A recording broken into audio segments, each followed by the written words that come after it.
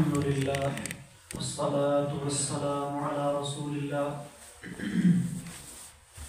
أشهد أن لا إله إلا الله وحده لا شريك له وأشهد أن محمدا عبده ورسوله أما بعد فأعوذ بالله السميع العليم من الشيطان الرجيم من همزه ونفخه ونفثه رب هب لي من لدنك وليا يرثني ويرث من آل يعقوب واجعله رب رضيا.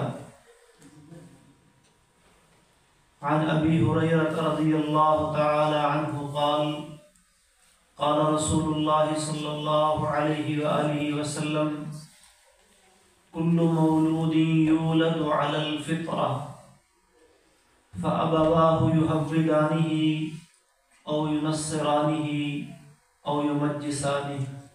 رواه البخاري ومسلم. قرآن کریم میں اللہ رب العالمین نے اپنے ایک جلیل القدر پیغمبر کا تذکرہ فرمایا ہے جن کا نام ہے حضرت زکریا علیہ السلام. یہ بنی اسرائیل کے ایک پیغمبر تھے اور یہ اللہ تبارک و تعالیٰ سے ایک دعا مانگے.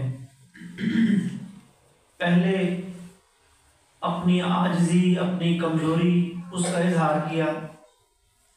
رب انی وہن العظم منی، اے میرے رب میری ہڈیاں کمزور ہو گئی ہیں.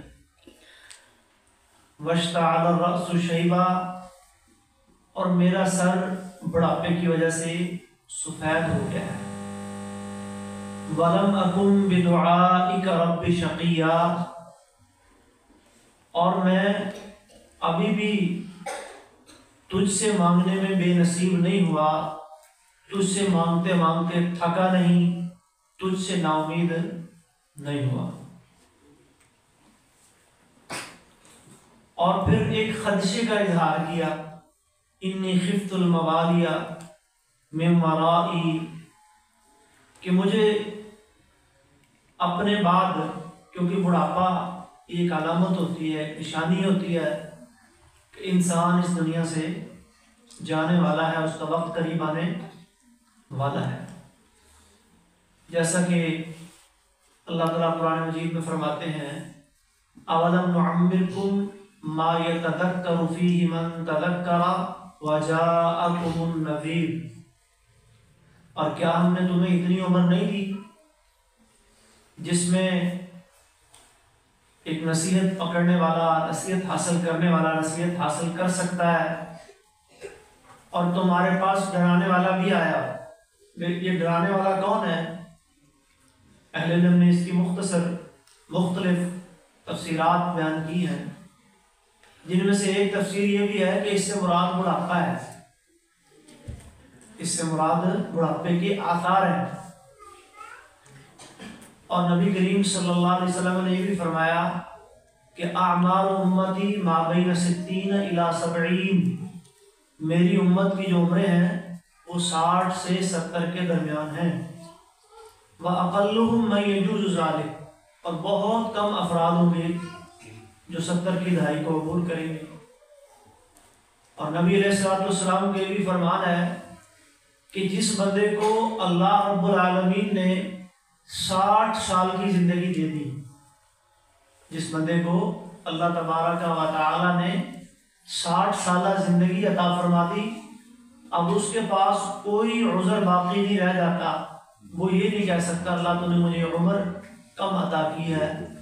تو یہ سارے اشارے ہی ہوتے ہیں انسان کے لیے. انسان ایک وقت تھا جب تو پیدا ہوا، تو چھوٹا تھا، تو بچہ تھا، پھر تیرے اندر قوت آئی، طاقت آئی. اللہ الذی خلقکم من ضعف ثم جعل من بعد ضعف قوة، کمزوری تھی، پھر کمزوری کے بعد اللہ نے قوت عطا فرمائی. اور پھر ایک وقت پھر آئے گا اس قوت کے بعد کمزوری آتی ہے، تو یہ کمزوری اشارہ ہوتا ہے.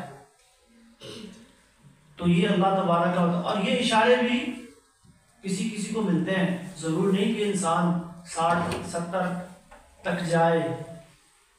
آئے دن آپ سنتے ہیں نا فلاں شخص جوانی کے اندر ہی اسے کوئی حادثہ پیش آ گیا، کوئی بیماری لگ گئی، یہ ہو گیا وہ ہو گیا. تو یہ تو ایک عام اللہ تبارک و تعالیٰ نے اور نبی صلی اللہ علیہ وسلم نے بات ارشاد فرمائی ہے کہ ایسا ہو سکتا ہے، ضروری نہیں کسی کو کسی اشارے کے بغیر ہی اللہ تعالیٰ اپنے پاس بلا لے. تو یہ ایک اشارہ ہوتا ہے. تو زکریا علیہ السلام نے جب یہ اشارہ محسوس کیا کہ بڑھاپے کے آثار آ رہے ہیں، تو پھر اپنی کمزوری کا اظہار بھی کیا، اپنی حالت بھی بتائی، اور اصل جو خدشہ تھا، اصل جو ڈر تھا، اس کا اظہار فرما رہے. انی خفت الموالی من ورائی. موالی یہ مولا کی جمع ہے. مولا کے عربی زبان میں کئی معنی ہیں، جس کا ایک معنی عزیز و قارب رشتہ دار بھی ہے، دوست احباب بھی ہے، مددگار بھی ہے. تو مجھے اپنے عزیز و قارب میں، اپنے دوست احباب میں، اپنے رشتہ داروں میں اپنے بعد ڈر ہے، مجھے خوف ہے، ڈر ہے. مجھے کوئی اپنا وارث نظر نہیں آتا جو میرے اس علمی ورثے کو سنبھال سکے، جو میری اس علم والی، حکمت والی اور دعوت والی وراثت کو لے کر آگے چل سکے. کیونکہ انبیاء کو مالی وارث کی ضرورت نہیں ہوتی، کیونکہ انبیاء کے بارے میں یہ قاعدہ ہے، اور یہ قاعدہ امام الانبیاء علیہ السلام نے بیان فرمایا. انا معاشر الانبیاء، ہم یعنی انبیاء کی جماعت، لا نرث ولا نورث، یہ دنیا کے مال کے نہ وارث بنتے ہیں اور نہ کسی کو وارث بناتے ہیں. تو پھر زکریا کو کس وراثت کی فکر تھی؟ اس علمی میراث کی فکر تھی زکریا علیہ السلام کو، جو اللہ کی طرف سے ان کو علم کی صورت میں، حکمت کی صورت میں، بصیرت کی صورت میں وراثت ملی تھی کہ اس دین کی دعوت اور اس کی تبلیغ اور اس علم کی اشاعت کا کوئی بندہ مجھے اپنے عزیز و قارب میں نظر نہیں آتا. تو اس لیے اللہ یرثنی و یرث من آل یعقوب، مجھے کوئی ایسا وارث عطا فرما اپنے پاس سے جو میرا بھی اور آل یعقوب کا وارث بنے. آل یعقوب کی وراثت کیا تھی؟ عقیدہ، توحید، دین، علم، حکمت، دعوت، یہ تھی آل یعقوب کی وراثت. وَاجْعَلْهُ رَبِّ رَضِيًّا، اور اے اللہ تو اس کو اپنا پسندیدہ بنا لے. وارث کی دعا بھی مانگی اور دعا کے ساتھ ہی یہ دعا بھی کر لی کہ ایسا وارث عطا نہ فرمانا جس کو تو پسند نہ کرے، بلکہ ایسا وارث دینا جو تیرا محبوب ہو، تیرا پیارا ہو، تیرا پسندیدہ ہو. اللہ تبارک و تعالیٰ نے حضرت زکریا علیہ السلام کی یہ دعا قبول فرما لی اور انہیں خوشخبری دی، انہیں بشارت دی کہ ہم آپ کو ایک وارث عطا کرنے والے ہیں، اور اس کا نام بھی بتایا کہ اس کا نام یحییٰ ہے، اور یہ بھی فرمایا کہ لم نجعل له من قبل سمیہ، اس کا اور کوئی ہم نام اس وقت تک دنیا میں موجود نہیں ہے، ہم نے اس کا کوئی اور ہم نام نہیں بنایا. یہ پہلا نام ہے جو اس آپ کے علمی وارث کا ہم نے رکھا ہے. بعد میں تو خیر بہت سارے لوگوں نے یحییٰ کے نام رکھے، اور بلکہ یہ سنت ہے، ہمارے ہاں کو بچہ پیدا ہوتا ہے نا تو ہم لوگ کیا کہتے ہیں جی، یا ہماری کیا سوچ ہوتی ہے، بیٹا ہو یا بیٹی ہو، بھائی کوئی ایسا نام رکھیں جو پہلے کسی کا نہ ہو، انوکھا نام، نیا نام. اور اس کے لیے ہم بس اس کوشش میں لگ جاتے ہیں کہ جی نام انوکھا ہونا چاہیے، نیا ہونا چاہیے، چاہے کسی کو اس کی سمجھ آئے یا نہ آئے، اس کا کوئی معنی بنتا ہو یا نہ بنتا ہو، یہ ہماری فکر نہیں ہوتی.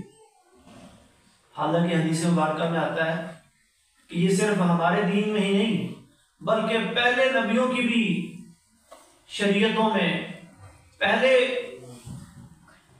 نیک لوگوں میں بھی یہ سنت جاری رہی ہے کہ وہ اپنے بچوں کے نام انبیاء کے ناموں پہ رکھا کرتے، نیک لوگوں کے ناموں پہ رکھا کرتے تھے۔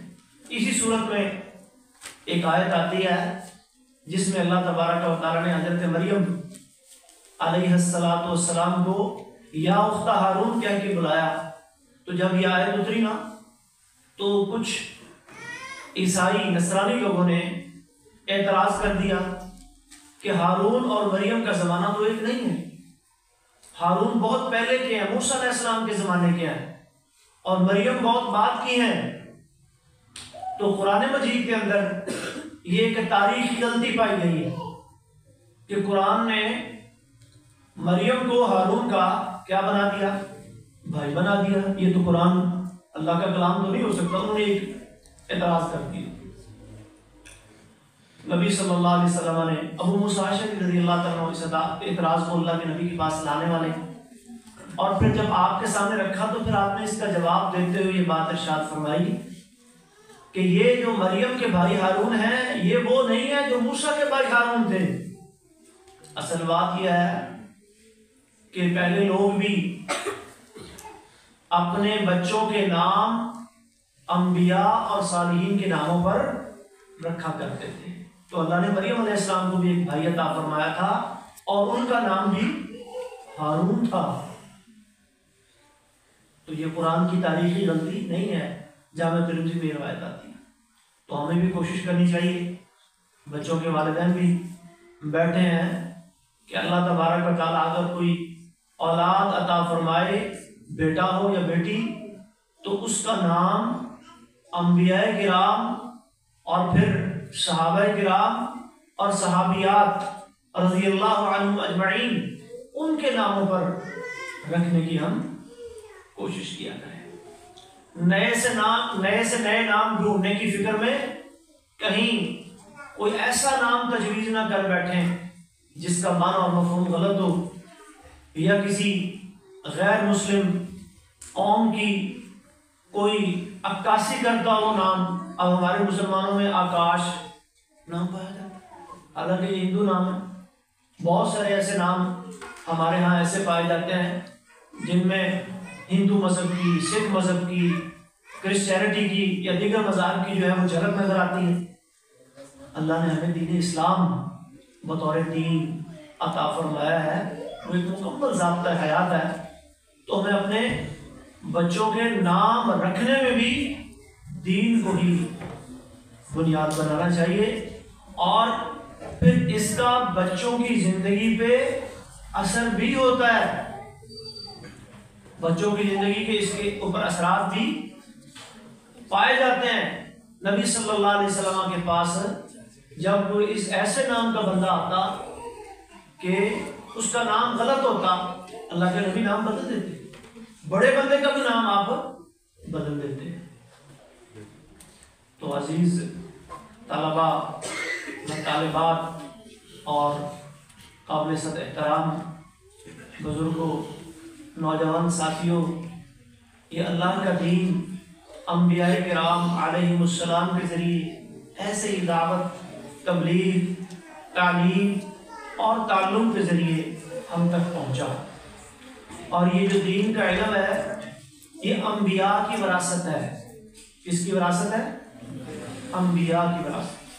جامع ترمذی میں ایک حدیث آتی ہے، ابو ہریرہ رضی اللہ تعالیٰ عنہ ایک دفعہ بازار گئے، بازار لگا ہوا ہے، شروع البپا ہے، لے لو دے لو خرید لو بیچ دو، اتنے کا آوازیں آ رہی ہیں۔ تو بازار میں کھڑے ہو کے اعلان کرتے ہیں، لوگوں مسجد کے اندر اللہ کے نبی کی وراثت تقسیم ہو رہی ہے۔ سب لوگ متوجہ ہوتے ہیں، اعلان کو سنتے ہیں اور مسجد کی طرف لپکتے ہیں کہ کہنے والے ابو ہریرہ ہیں، صحابی رسول ہیں، رسول اللہ کے شاگرد ہیں صلی اللہ علیہ وسلم، چلو چل کے دیکھتے ہیں کون سی وراثت تقسیم ہو رہی ہے۔ تو سارے جب وہاں پہنچتے ہیں تو وہاں دیکھتے ہیں وہاں تو کوئی نہ درہم ہے نہ دینار ہے، نہ کوئی چارپائیاں پڑی ہیں، نہ سونا پڑا ہے، نہ چاندی پڑی ہے، نہ کوئی تقسیم ہو رہی ہے۔ تو ابو ہریرہ بھی پہنچ جاتے ہیں، پوچھتے ہیں جی کہاں وراثت تقسیم ہو رہی ہے؟ پوچھا تم نے مسجد میں کیا دیکھا؟ کہنے لگے جی ہم نے کچھ لوگ دیکھے، کوئی قرآن پڑھ رہا تھا، کوئی حدیث کا درس لے رہا تھا، کوئی مسائل سمجھ رہا تھا، کوئی یہ کر رہا تھا، کوئی وہ کر رہا تھا۔ تو پھر انہوں نے اس موقع پر یہ روایت پیش کی کہ یہی تو رسول اللہ کی وراثت ہے۔ تو انبیاء کی وراثت یہ دین ہے۔ تو ہم اگر اللہ تبارک و تعالیٰ سے اولاد کی دعا مانگیں، یا اللہ نے اگر ہمیں اولاد دی ہے تو ہم اپنی اولاد کو اور اپنے بچوں کو اللہ کے دین کا سپاہی بنائیں، اللہ کے دین پر کھڑے ہونے والا بنائیں۔ صحیح بخاری اور صحیح مسلم کی حدیث ہے، ابو ہریرہ رضی اللہ تعالیٰ عنہ اس کے راوی ہیں، آپ صلی اللہ علیہ وسلم فرماتے ہیں کل مولود یولد علی الفطرہ، ہر بچہ فطرت یعنی فطرت اسلام کے اوپر پیدا ہوتا ہے، موحد پیدا ہوتا ہے، عقیدہ توحید کے اوپر پیدا ہوتا ہے۔ اور یہ وہی عقیدہ توحید ہے جس پر چلنے کا عہد اللہ تبارک و تعالیٰ نے آدم علیہ السلام کی پشت سے تمام ارواح کو نکال کر ایک میدان میں جمع کر کے لیا تھا۔ الست بربکم، وعدہ لیا تھا نا، جس کو وعدہ الست کہتے ہیں۔ وہ اللہ تبارک و تعالیٰ نے جب بھی کوئی بچہ پیدا ہوتا ہے اس کے دل و دماغ میں وہ وعدہ اللہ تبارک و تعالیٰ وراثتی طور پر وہ ڈال دیتے ہیں۔ اس لیے فرمایا کہ ہر بچہ فطرت اسلام پہ پیدا ہوتا ہے۔ پھر کیا ہوتا ہے؟ فَأَبَوَاهُ، پھر اس کے والدین کا جو مین کردار ہے اس کی تعلیم و تربیت کے اندر سکول اتنا کردار ادا نہیں کرتے، مدرسہ اتنا کردار ادا نہیں کرتا،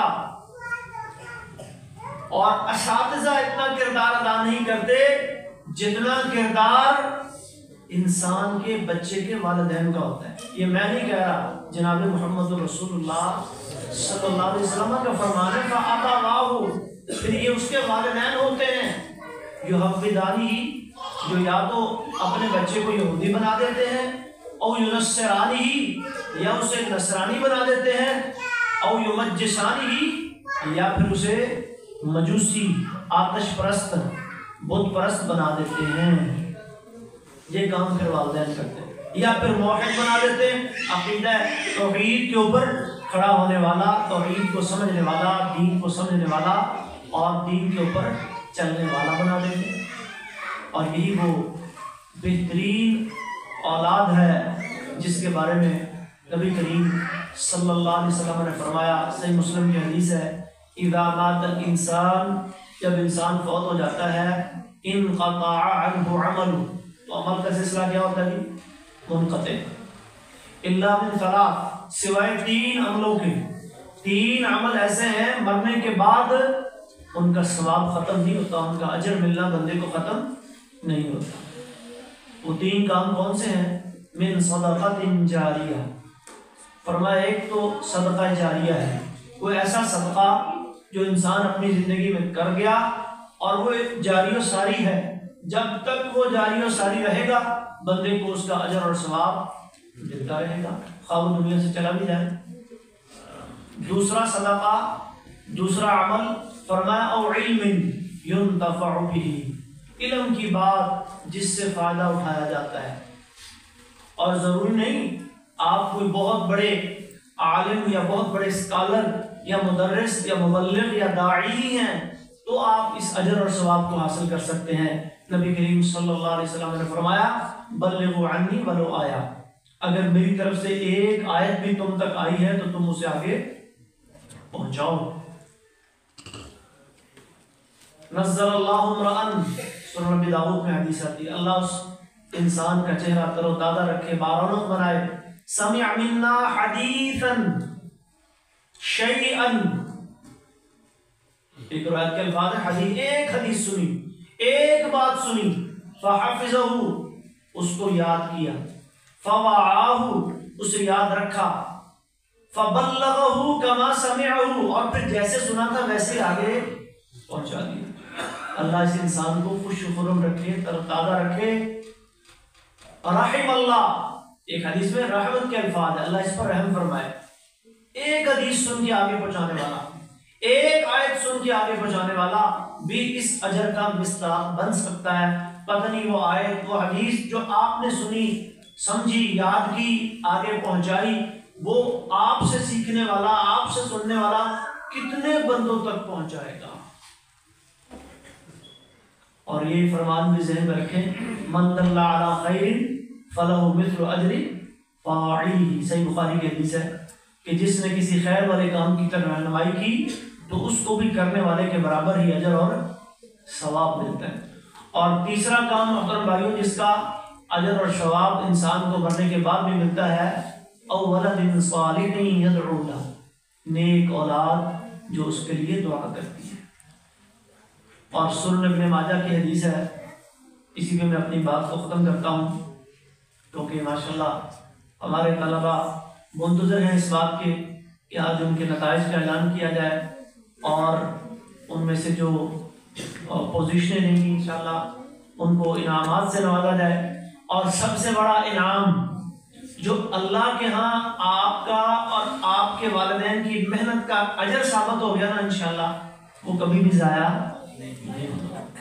تو سب سے بڑا انعام یہ اپنے ذہن میں رکھنا ہے کہ میں نے جو یہاں کچھ دن لگائے، دین کی اور علم کی باتیں سیکھی، تربیت کی، اپنی نمازوں کی میں نے پابندی کی، قرآن کی تلاوت کی، کچھ سیکھا، تو یہ سارے کا سارا کس کے لیے؟ اللہ رب العالمین کی رضا اور اس کی خوشنودی کے لیے. تو اس سے بڑا ایوارڈ کوئی نہیں، اس سے بڑا اعزاز آپ کے لیے اور آپ کے والدین کے لیے کوئی نہیں. یہ تو عارضی چیزیں ہیں نا، یہ فانی چیزیں ہیں، تو یہ مطلب آپ لے جائیں گے، جن خوش نصیب کو ملے گی بچوں کو وہ لے جائیں گے اور ایک دو دن خوش ہوں گے پھر یہ ختم ہو جائیں گی. لیکن جو علم آپ کے سینے میں بیٹھ گیا، جو بات عقیدے کی، دین کی، عبادت کی، اخلاق کی آپ نے اپنے دل و دماغ میں بٹھا لی، سیکھ لی، وہ ساری زندگی آپ کے کام آئے گی. نہ صرف یہ کہ ساری زندگی بلکہ آپ اس دنیا سے چلے جائیں گے پھر بھی آپ کے کام آئے گی. تو سنن ابن ماجہ کی حدیث جس کی طرف میں نے اشارہ کیا، نبی صلی اللہ علیہ وسلم فرماتے ہیں کہ ایک انسان فوت ہو گیا اور آپ جانتے ہیں کہ جب انسان فوت ہوتا ہے تو اللہ تبارک و تعالیٰ پھر اچھے انسان کے لیے جنت اور برے انسانوں کے لیے دوزخ کا جو معاملہ ہے، ایک تو آخرت کے دن ہونا ہے نا جی، جسم اور روح دونوں نے مل کر اکٹھے ہو کے دوبارہ اس انسانی شکل میں جنت والوں نے جنت کے اندر جانا ہے اور آگ والوں نے آگ کے اندر جانا ہے. تو ایک داخلہ اللہ تبارک و تعالی مرتے ہی کر دیتے ہیں. یہ برزخی زندگی کا داخلہ ہے اور برزخ کے زیادہ تر معاملات ایمان بالغیب سے تعلق رکھتے ہیں کہ قبر میں راحتیں اور خوشیاں اور لذتیں ملنا شروع ہو جاتی ہیں، یا پھر اللہ معاف فرمائے اگر انسان جو ہے وہ فاسق و فاجر ہو، گناہگار ہو، اللہ کا نافرمان ہو، تو پھر تنگیوں کا، عذاب کا سلسلہ جو ہے وہ شروع ہو جاتا ہے. تو یہ سارے برزخی زندگی کے معاملات ہیں، اس کو ہم اپنی دنیاوی زندگی پر قیاس نہیں کر سکتے. تو ایک انسان فوت ہو گیا اور فوت ہونے کے بعد انہیں ایک انسان تھا، اللہ تبارک تعالیٰ نے جنت میں جگہ عطا فرمائی. اور جنت کوئی چھوٹی سی اور معمولی سی جگہ نہیں ہے، بہت بڑی جنت ہے، بہت بڑی جنت. کتنی بڑی؟ فرمایا عرضھا کعرض السماء والارض، اس کی چوڑائی اتنی ہے جتنی کہ ساتوں آسمان اور ساتوں زمین، ساتوں آسمان اور ساتوں زمینیں جتنی ہیں نا جی، ان دونوں کو اگر ملا لیا جائے تو جنت کی صرف کیا بنتی ہے؟ چوڑائی. عرض چوڑائی کو کہتے ہیں اور طول لمبائی ہوتی ہے، طول نہیں بتایا. اور جنت وہ مبارک جگہ ہے جس کے بارے میں نبی صلی اللہ علیہ وسلم نے فرمایا، صحیح بخاری کی حدیث ہے، موضع صوت فی الجنہ، جنت کے اندر اگر آپ کو ایک لکڑی، لاٹھی رکھنے کی جگہ، ایک کوڑا رکھنے کی جگہ مل جائے نا جی، خیر من الدنیا وما فیہا، تو یہ تھوڑی سی جو جگہ ہوگی، اب ڈنڈا کتنی کی جگہ پہ آ جاتا ہے؟ 1 یا 2 انچ پہ آ جائے گا. دنیا وما فیہا سے یہ جگہ کیا ہے؟ بہتر ہے۔ تو اللہ نے اس بندے کو جنت عطا فرما دی۔ تو جنت کے چونکہ مختلف درجات ہیں، تو کچھ عرصے کے بعد اس کا درجہ کیا ہو گیا؟ بلند ہو گیا۔ اب وہ انسان بڑا خوش بھی ہوا کہ میرا درجہ بلند ہو گیا ہے، میری یوں سمجھیے کہ ترقی ہو گئی ہے۔ جب دنیا میں انسان کی ترقی ہوتی تو خوشی تو ہوتی ہے، میں اوپر چلا گیا ہے، میرا درجہ بڑھ گیا، میری ترقی ہو گئی۔ اور ساتھ ہی پھر اللہ تبارک و تعالیٰ سے پوچھتا ہے کہ اللہ میں تو دنیا سے چلا آیا ہوں، میرے اعمال کا جو بدلہ تھا وہ تو دنیا میں مجھے ملنا تھا، جو آخرت میں دنیاوی اعمال کا بدلہ وہ تو نے مجھے جنت کی صورت میں عطا کر دیا ہے، اب یہ میرا درجہ کیوں بلند ہو رہا ہے؟ تو اللہ تبارک و تعالیٰ اس کا جواب دیتے ہوئے ارشاد فرماتے ہیں باستغفار ولدک لک، تیرا درجہ اس لیے بلند ہو گیا ہے کیونکہ تیری اولاد تیرے لیے بخشش کی دعا کر رہی ہے۔ اور یہ صحیح حدیث ہے سنن ابن ماجہ کے اندر۔ اللہ تبارک و تعالیٰ ہماری اولادوں کو بھی ایسا نیک اور دین کا سپاہی اور دین کا خادم اور دین پر چلنے والا بنا دے کہ جب کل ہم دنیا سے جائیں تو ہماری اولادیں ہمارے لیے بخشش کی دعا کریں، اور پھر اللہ ہمارے بھی درجات جنت میں بلند فرمائے۔ لیکن یہ ممکن ہوگا اگر ہم خود بھی دین پہ چلیں گے اور اپنی اولادوں کی بھی دین پہ تربیت کریں گے۔ اللہ ہمیں عمل کرنے کی توفیق عطا فرمائے۔ وآخر دعوانا ان الحمد للہ رب العالمین۔